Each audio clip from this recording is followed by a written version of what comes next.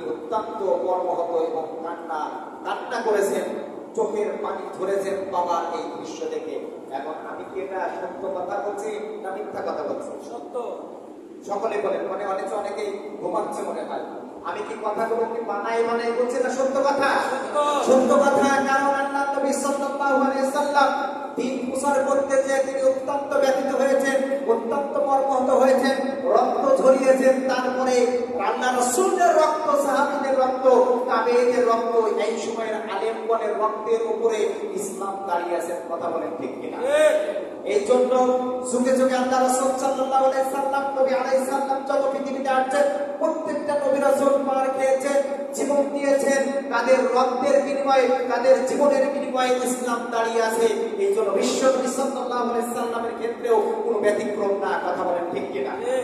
এই জন্য আল্লাহ নবী সাল্লাল্লাহু আলাইহি সাল্লামকে দুইটা অফার করা হলো এবং পরবর্তীতে 3 ভাবে 4 ভাবে তাকে